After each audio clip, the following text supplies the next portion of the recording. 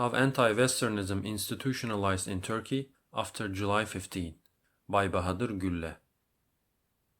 Turkish contribution to the lexicon of political discourse is not very glittering, but a concept invented by the Turks in the 1990s gained worldwide currency and is already increasing its popularity, which is deep state.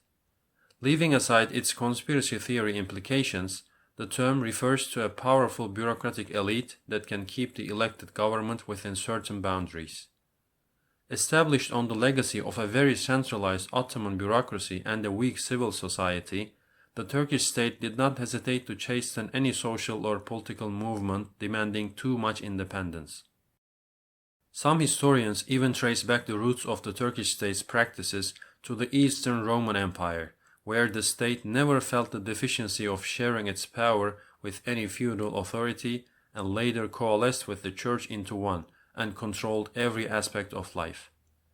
This is best epitomized in the famous scolding the governor of Ankara gave to the leftist youngsters in the 1940s. "If this country needs communism, we will bring it. Who the hell are you?" The elites of the Turkish Republic have been representatives of a top-down modernization and nation-building project, which alienated a substantial portion of the population. They have stuck to a 1930s version of Kemalism, which is an absolute, ultra-nationalist and ultra-secularist version, which was comprehensible in the 1930s world, became more and more archaic after the Cold War. Being pro-Western was an irrevocable fundamental of the Turkish Republic. It was an invaluable asset for the state elites at the early stage.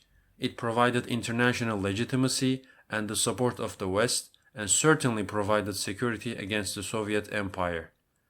But after the Cold War, the tide began to turn.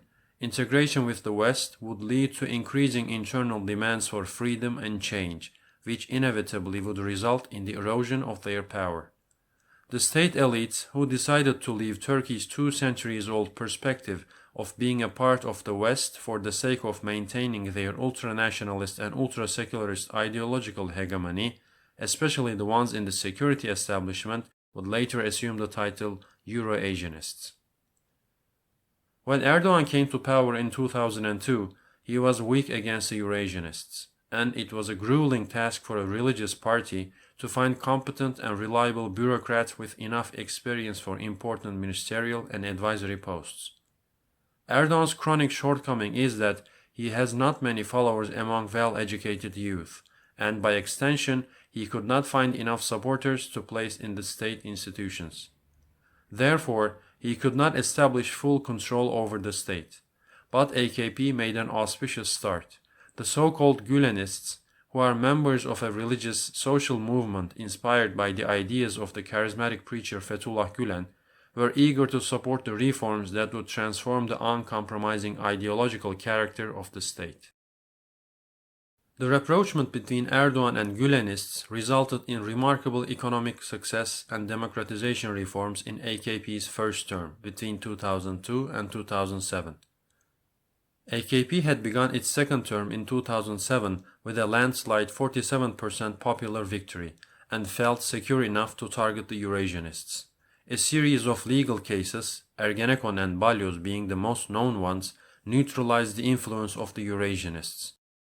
That brought about a mood of optimism and hope that the country will eventually throw off the authoritarian straitjacket. After the Eurasianist cadres retired from the scene, many chronic diseases of the country almost simultaneously dissolved into the air. Unidentified political murders disappeared, organized crime almost got wiped out, torture in police and gendarmerie stations ended.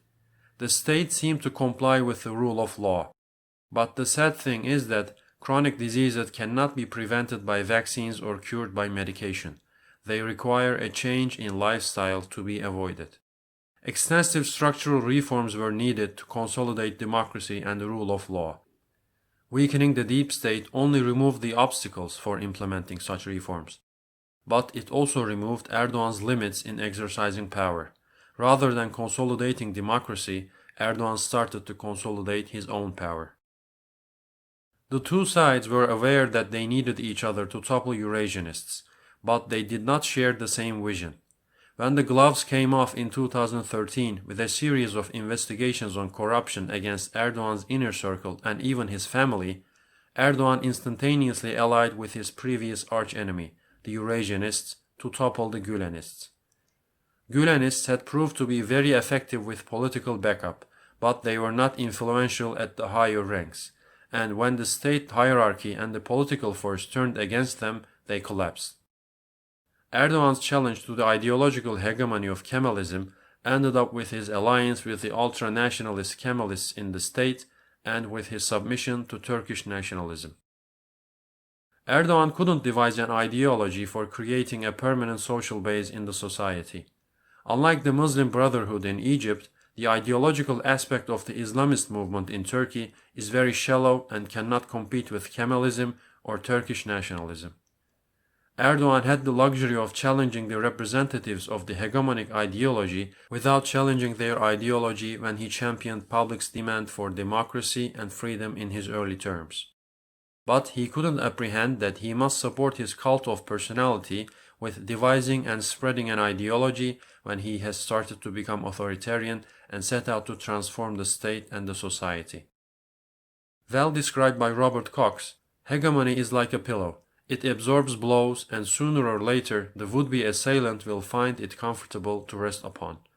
Erdoğan soon found out how comfortable hegemony was.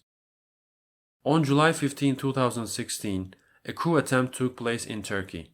The plotters were easily overpowered. Erdoğan claimed that Gülenists orchestrated the coup, and Gülenists claimed that it was a Reichstag fire perpetrated by Erdoğan. Erdoğan and the Eurasianists enormously benefited from the attempt. They decisively crushed the Gülenists. Erdoğan established the presidential system he desired, and Eurasianists who got out of jail reassumed their ranks in the military. The witch hunt against Gülenists started with the lists made by Eurasianists. While Erdoğan and Eurasianists were attacking Gülenists, an anti-Western propaganda machine was also working in tandem. Every step taken to overthrow the Gülenists also fueled resentment towards the West for supposedly helping Gülenists.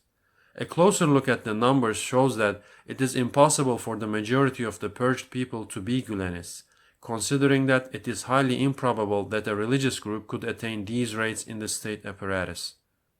Almost half of all the generals and admirals, a quarter of all the officers in the military, 77% of the staff officers who make the backbone of the military, 70% of the pilots in the Air Force, majority of the police officers in the counter-terror, intelligence, organized crime departments, 1/3 of the career diplomats, 30% of the judges and prosecutors, and people from many other institutions have been expelled.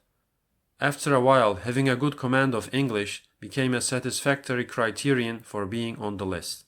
The government used decree laws to purge dissidents from the state. Decree laws arbitrarily dismissed more than 150,000 public servants.